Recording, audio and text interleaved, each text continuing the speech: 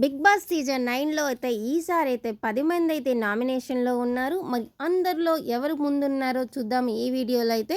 ముందైతే వీడియోనైతే లైక్ చేయండి. మన ఛానల్‌ని అయితే సబ్స్క్రైబ్ చేసేయండి. మరి ఈసారి అయితే ఈరోజు ఓటింగ్ రెండో రోజు ప్రకారం అయితే తనూజ అయితే ఫస్ట్‌లో ఉందండి. కళ్యాణ్ అయితే సెకండ్ ప్లేస్‌లోకి వచ్చాడు. కళ్యాణ్ గేమ్ అయితే బాగా ఇంప్రూవ్ చేసుకున్నాడు.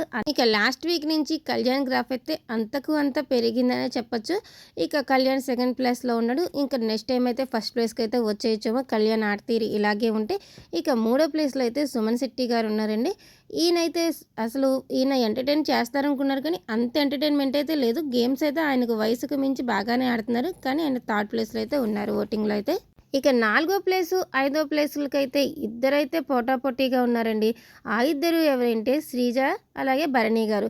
ఈ ఇద్దరికి కూడా ఒక రేంజ్‌లోనే పడుతుంది ఓటింగు. శ్రీజ ప్రియ ఎలిమినేషన్‌కి ముందు వారం నుంచే ఆట తీరునైతే మార్చుకుంది. తన గేమ్ కూడా బాగా ఆడుతుంది. తన పాయింట్ అయితే కరెక్ట్‌గా పెడుతుంది గానీ, ఒక్కొక్కసారి ఎందుకులే, ఎందుకలా అంటుంది అనిపించేటట్లు ఉంటుంది. కానీ బానే ఉంది. ఫోర్త్, ఫిఫ్త్ ప్లేస్‌లో అయితే భరణి గారు, శ్రీజ అయితే ఉన్నారు.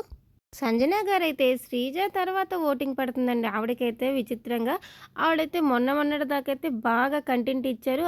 ఆ కంటెంట్ కూడా జనాలకు నచ్చి ఓటింగ్‌లో అయితే ముందుకు తీసుకెళ్లారు. మరి ఇప్పుడు అదే కంటెంట్ అయితే ఇవ్వటం వల్ల అయితే నచ్చటం లేదనుకుంటా కొంచెం ఓటింగ్ అయితే తగ్గి సిక్స్త్ ప్లేస్‌లోకి అయితే వచ్చారు సంజన గారు.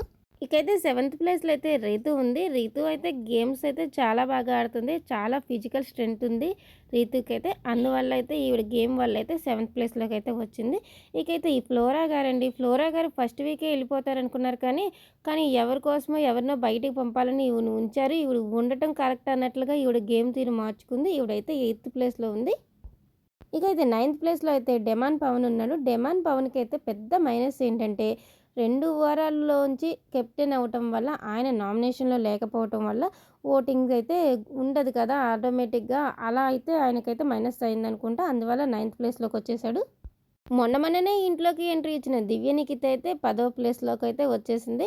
ఈ ఓటింగ్ అంతా రెండవ రోజు మాత్రమే. ఇంకా ఓటింగ్స్ క్లోజ్ అయితే అవ్వలేదు కదా! అయ్యే లోపల ఏమైనా చేంజెస్ అవ్వచ్చు.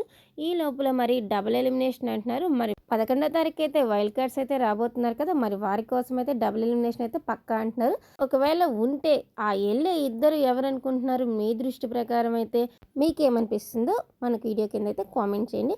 అలాగే మన వీడియో కనుక మీకు నచ్చినట్లయితే మన వీడియోని లైక్ చేయండి. ఛానల్ని కొత్తగా చూస్తే సబ్స్క్రైబ్ చేసేయండి. Thank you for watching.